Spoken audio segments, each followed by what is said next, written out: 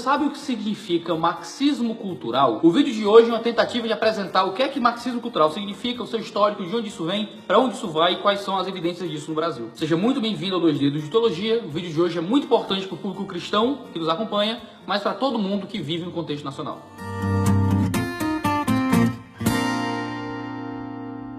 Para a gente falar de marxismo cultural, a gente tem que voltar alguns séculos atrás e falar sobre Revolução Industrial. Você pode ter lido no livro de história marxista da sua escola que Revolução Industrial foi uma coisa terrível, ruim, má, que fez com que mulheres saíssem de casa e crianças tivessem que trabalhar 18 horas por dia. Mas deixa eu te apresentar um gráfico. Esse gráfico é conhecido como gráfico de taco de hóquei, também conhecido como gráfico de Madison, porque foi Angus Madison que compôs esse gráfico. Você tem o PIB per capita da história do mundo, vindo de períodos bem mais antigos até chegar no período pós-Revolução Industrial. Você não precisa ser um expert para entender esse gráfico. Você tem um profundo momento de pobreza no mundo, os homens são pobres, os homens não têm recursos, os homens vivem em situações de vida muito difíceis, e em algum momento isso muda e existe um crescimento médio na renda per capita do planeta de um dia para a noite. Claro que não é do dia para a noite, mas em termos históricos foi. E esse momento se chama Revolução Industrial. A Revolução Industrial dava condições ruins de trabalho porque ele herdou pobreza. A Revolução Industrial, ela não criou pobreza, ela herdou uma pobreza que lhe era anterior. Se hoje crianças podem não trabalhar, se mulheres podem se dar o luxo às vezes de ficar em casa sem ter que ir para o mercado de trabalho, muito disso vem porque nós vivemos num contexto de riqueza que nos permite isso. Se eu apresentar para você o segundo gráfico, ele está aí na tela, é o número absoluto de pessoas que vivem em extrema pobreza de 1820 a 2011. Você tem aí, em 1820, o número de pessoas que não vivem em absoluta pobreza, o número de pessoas vivendo em absoluta pobreza, uma coisa absurda. Se você olhar para 2011 no gráfico, o número muda de forma estrondosa. Se eu transformar esse gráfico em um gráfico de porcentagem, você tem,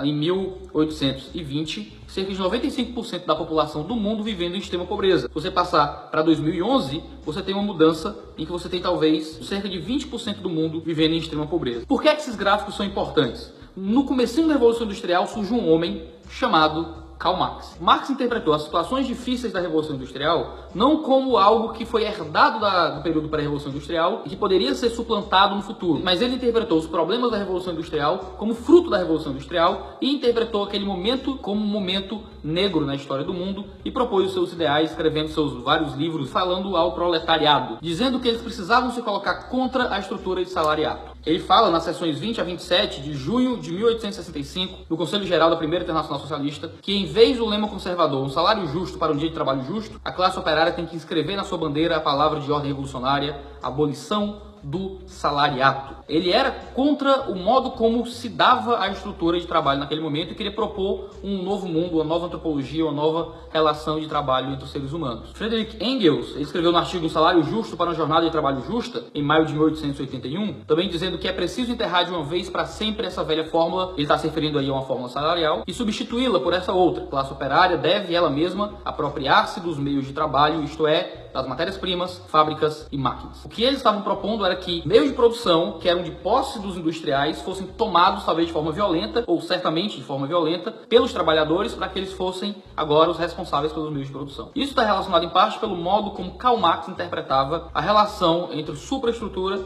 e infraestrutura. O que é isso? A supraestrutura seria a estrutura dos valores, das ideias, dos ideais, das relações humanas. A infraestrutura seriam as relações econômicas e as relações de trabalho entre os indivíduos. Para Marx, a infraestrutura, ou seja, o ambiente econômico, influenciava os ideais, o imaginário, os valores, a moral, os costumes, as relações humanas, às vezes até questão de saúde e coisas do tipo. Marx dizia que não é a consciência que determina a vida, mas a vida que determina a consciência. O modo como a produção se dava é que influenciava o imaginário e o ideal dos seres humanos. Resumo bem pouco e rápido do que foi as ideias de Karl Marx, o que é que ele quis, o que é que ele tentou fazer, mas perceba, se você colocar um mapa mundi, você percebe que os ideais marxistas, eles conseguiram ser implantados politicamente apenas em países da área mais oriental. Se excluir alguma coisa hoje da América Latina, você tem o marxismo como algo muito oriental. Ele fez muito sucesso no Oriente. O marxismo não fez muito sucesso no Ocidente. Isso muito por causa da cultura judaico-cristã e por causa do direito greco-romano. Países com estrutura de direito muito bem formulada, países muito constitucionalistas, países mais fortes em suas estruturas nacionais, não tiveram o marxismo como algo que conseguiu ser instaurado ali. Nesse contexto você encontra um problema. Você não tem o marxismo fazendo muito sucesso no Ocidente. E você encontra então a figura de um homem chamado Antônio Gramsci. Gramsci foi um intelectual italiano que foi preso no tempo de Mussolini. Dentro da prisão ele escreveu uma série de documentos chamados Cadernos do Cárcere. E o que Gramsci fez? Gramsci ele tinha preocupação de como instaurar os seus ideais revolucionários em um contexto democrático. Como é que você traria os ideais comunistas em um país com um sistema econômico e social estável? Foi aí que Gramsci começou a trazer sua teoria de ocupação de espaços e de formação de hegemonia, torcendo e fazendo diferente algo que Marx dizia. Para Marx, a superestrutura era definida pela infraestrutura. Para Gramsci, as coisas mudavam um pouco. Era a superestrutura que definia a infraestrutura. Ou seja, era o contexto dos ideais, dos valores, das ideias que definia, no fim das contas, o modelo econômico. Nisso, o gramscianismo ele difere e diverge do marxismo, porque ele tem uma nova tentativa de abordagem de transformação dentro da sociedade em comparação com o que Marx propunha. É por isso que no A Nova Era e a Revolução Cultural, o livro do Olavo de Carvalho, ele diz que a revolução gramsciana está para a revolução leninista, assim como a sedução está para o estupro. Se na revolução marxista-leninista a revolução se daria com violência, com força, com morte dos burgueses e tomada dos meios de produção, para Gramsci, tudo se daria através de uma lenta marcha pelas instituições, através de construir um imaginário diferente, para aí sim, esse novo imaginário transformar a esfera econômica. No gramscianismo, o partido tomava a função do príncipe Maquiavel. O partido seria um intelectual orgânico. O partido agora ele tinha essa função de ser o didata, de ser o pedagogo, de ser aquele que vai ser engajado com as causas sociais e ter um papel didático de ensino e de conscientizar as massas de acordo com os ideais do partido. No texto A Situação Italiana e as Tarefas do PCI, você encontra isso no livro Escritos Políticos, do Gramsci, publicado pela Civilização Brasileira em 2004, ele diz o seguinte: o partido dirige a classe penetrando em todas as organizações nas quais a massa trabalhadora se agrupa e realizando nelas e através delas uma sistemática mobilização de energias, segundo o programa da luta de classes, bem como uma ação de conquista da maioria para as diretrizes comunistas. Já no volume 2 do Caderno do Cárcere, publicado também pela Civilização Brasileira, ele diz o seguinte: a função do partido é diretiva e organizativa, isto é, educativa, isto é, intelectual. E nisso, o partido que tem essa função não mais de ganhar uma eleição, mas uma função de gerir e organizar e ensinar as massas, ele vai precisar usar dos formadores de opinião para formar a intelectualidade. O partido precisa ganhar espaço na sociedade, tendo influência das mais diversas, seja através de pagamento financeiro, seja através de organização de consciência, seja através de ameaça ou o que for. O partido ele vai ter contato com aqueles que produzem a intelectualidade no país, para que esses intelectuais, de alguma forma, possam propagar os ideais do partido, e assim o partido tem um poder de hegemonia, um poder de passar pelas instituições e ensinar as massas dentro do seu ideal. É às ideias de Antônio Gramsci que se dá esse termo marxismo cultural, essa tentativa de implementar o ideal marxista através de uma caminhada pela cultura. Talvez o termo marxismo cultural seja um tanto problemático para algumas pessoas que conhecem mais marxismo, porque Karl Marx certamente rejeitaria as ideias de Gramsci. Só que o cultural, ele aparece como um modificador de marxismo. Ele é uma nova configuração marxista, mas que vai para além do marxismo original. É um desenvolvimento do marxismo a partir de Gramsci e de outros pensadores. Alguns vão atrelar a famosa Escola de Frankfurt ao marxismo cultural, mas eu quero pular esse ponto, porque seria um vídeo só para falar das relações da Escola de Frankfurt com esse assunto. Mas tudo bem, o que é que isso tem a ver com a gente? Se você olhar para o contexto brasileiro, você tem pelo menos um partido que assumiu para si os ideais gramscianos dentro do contexto nacional, que é o famoso Partido dos Trabalhadores. Iago, vai começar com teoria da conspiração? Não, se você pegar os próprios documentos de fundação do PT, do Partido dos Trabalhadores, você tem uma linguagem gramsciana tomando conta do modo como se conversa ali. Pega o texto O Socialismo Petista, que é um texto aprovado no 7º Encontro Nacional do PT, em 1991. Eles dizem o seguinte: confluíram para a criação do PT o cristianismo social, marxismos vários, socialismos não marxistas, democratismos radicais, doutrinas laicas de revolução comportamental, etc. Veja só, ele fala de marxismos vários, não só o marxismo original, mas o marxismo que vem depois de Marx. Gramsci estaria incluído talvez nisso. Tanto que ele vai falar também de socialismos não marxistas e de doutrinas laicas de revolução comportamental. Ou seja, é uma tentativa de transformar o comportamento dos indivíduos, mas não através da religião, de um modo laico. Então, são doutrinas não religiosas de transformação do comportamento humano que fundam sua base e seus fundamentos. No mesmo texto, eles dizem: pode-se dizer, sem indevido triunfalismo, que tal pedagogia política, baseada na alta educação das massas por meio de sua participação civil, revelou-se, no geral, acertada. Você percebe que o Partido dos Trabalhadores acredita em uma pedagogia política que se dá através da educação das massas. E as massas se autoeducam nessa pedagogia que provém da política através de participar da sociedade civil. No caso, a sociedade civil está muito confundida com o que é o próprio partido no ideário político da esquerda. No texto Resoluções Políticas, no primeiro congresso do partido, em 1991, diz o seguinte: o Partido dos Trabalhadores reconhece que a organização de diferentes setores sociais, mulheres, negros, juventude, homossexuais, etc., seu direito de lutar e reivindicar pela definição das prioridades sociais, econômicas e políticas e de sua presença na disputa pelos rumos da nova sociedade são também uma garantia da construção de uma sociedade socialista democrática. Esses ideais de nova sociedade, da construção de um novo imaginário, de um novo jeito de pensar, de um novo jeito de agir, isso provém muito desse ideal gramsciano. Tanto que eles vão deixar muito claros, ainda no mesmo texto, essa linguagem de que eles buscam hegemonia dentro do seu contexto político. A hegemonia é essa tomada dos meios de pensamento para que tudo aquilo que as pessoas pensam esteja sempre dentro do ideal e do escopo dos ideais do partido. Eles dizem, no atual período, a disputa da hegemonia supõe uma ação simultânea no terreno político, social e ideológico. Engloba o trabalho nas instituições, onde atuamos no sentido de alargar as fronteiras da participação da democracia, da cidadania e da afirmação da sociedade sobre o Estado. Inclui a diversidade das lutas sociais, não institucionais e nem sempre legais. Envolve a disputa de ideias, a construção de uma nova cultura, de uma nova ética, de uma nova solidariedade social que se contraponham aos valores dominantes. Em resumo, disputar a hegemonia hoje significa construir um enorme movimento social. Perceba, a ideia de uma luta por uma hegemonia, essa hegemonia tomada das consciências, passa pelo engajamento nos vários setores sociais da sociedade, que está relacionado com a construção de um enorme movimento social que transforma o imaginário na ética, na sociedade, nas morais, nos costumes, na cultura. Isso é o que o PT acredita que é a sua função como partido.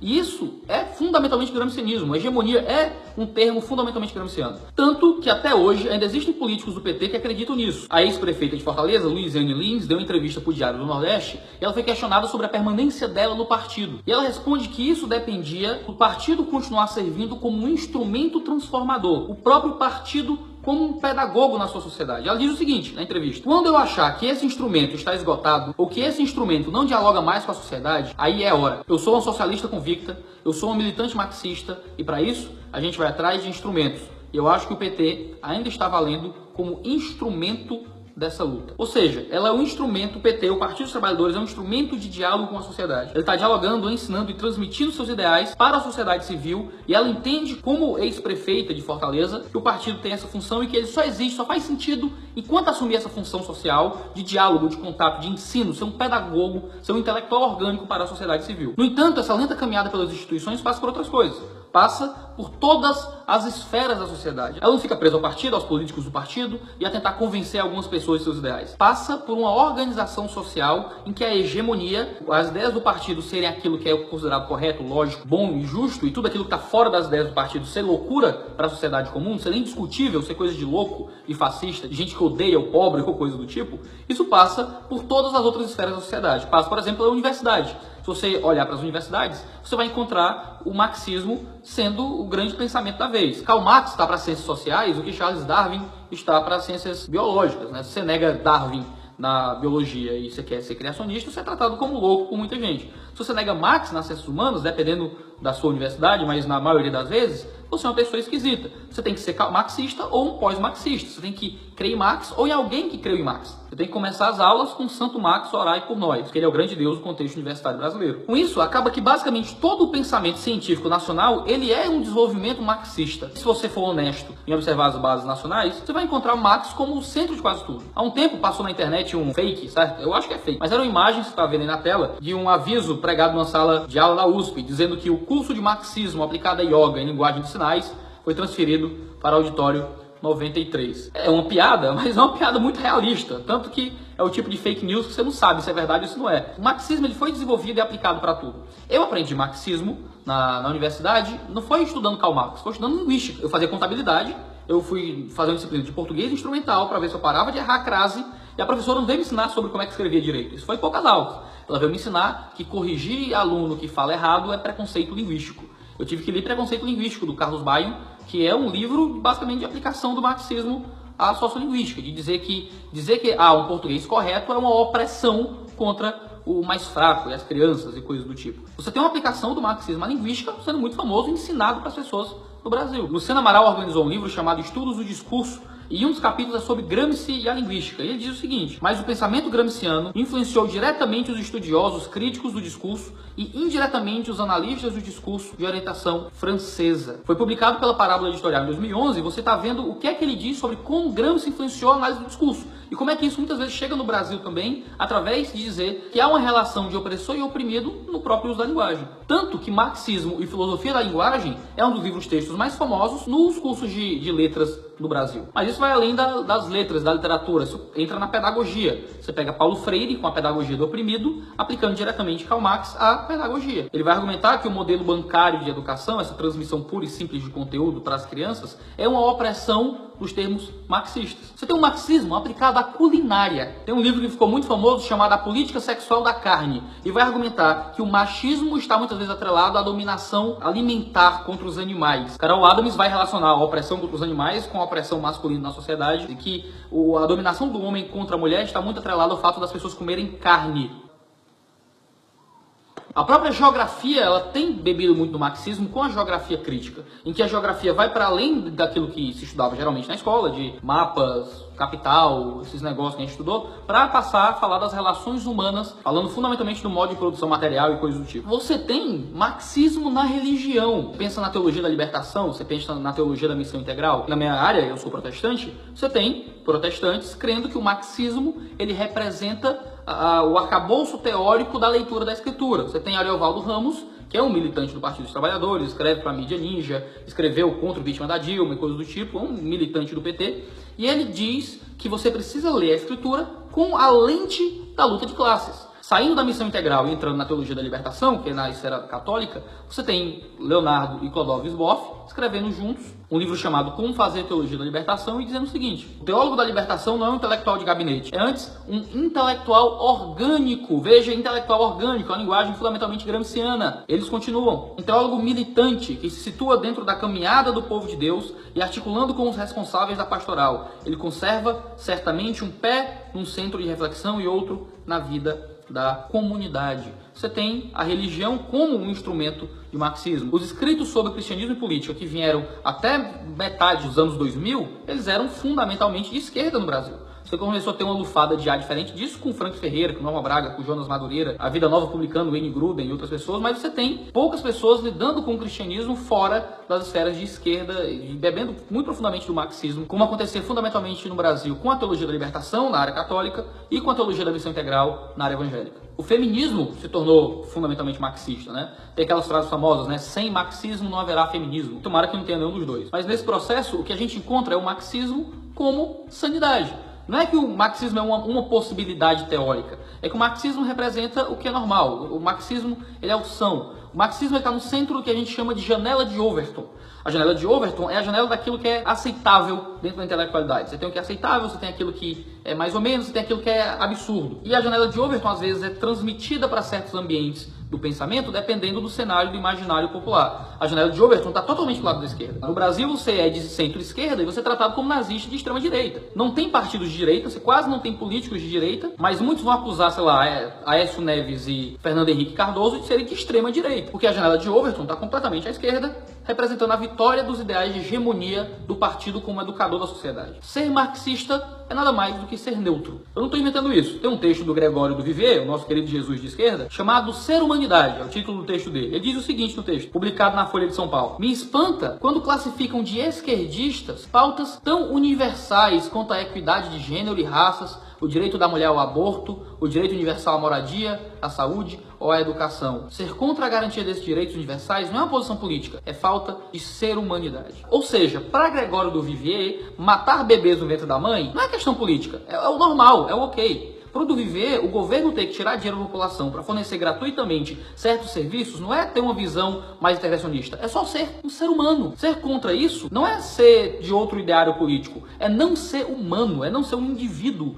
é falta de ser humanidade. Veja só como a janela daquilo que é racional está completamente de um lado para a sociedade quando as outras visões são consideradas absurdas. Então, dentro do marxismo cultural, você encontra uma nova configuração de opressão. Se para Karl Marx a opressão se dava dos burgueses oprimindo os trabalhadores, agora você tem novas configurações de quem são aqueles que oprimem e que dominam a sociedade. Para Marx, opressor e oprimido era burguesia e proletariado. No modelo do marxismo cultural gramsciano, como se configura no Brasil, você tem o homem como opressor, a mulher como oprimida, o branco como opressor, os negros e os índios como oprimidos, o paulista como opressor e nós nordestinos como oprimidos, o rico é opressor, o pobre é oprimido, o motorista é opressor, quem anda de bicicleta é oprimido, o hétero é opressor, o LGBTZ é oprimido. E você tem uma nova configuração de como se dá a opressão dentro do contexto cultural. Muitos vão dizer que o comunismo já morreu. Quando a gente fala de direita e esquerda, de comunismo, de marxismo, muitos vão dizer que o marxismo já não tem mais poder, não faz mais sucesso no Brasil. Pensa comigo, o esquerdismo conquistou vários espaços e já é quase hegemônico. O marxismo é vendido como sendo apartidarismo, como ser humanidade, como o centro. Nenhuma ideia oposta ao marxismo é sequer demonstrada como possível no cenário nacional. Ninguém fica sabendo de outras ideias que não sejam as ideias marxistas no contexto de ensino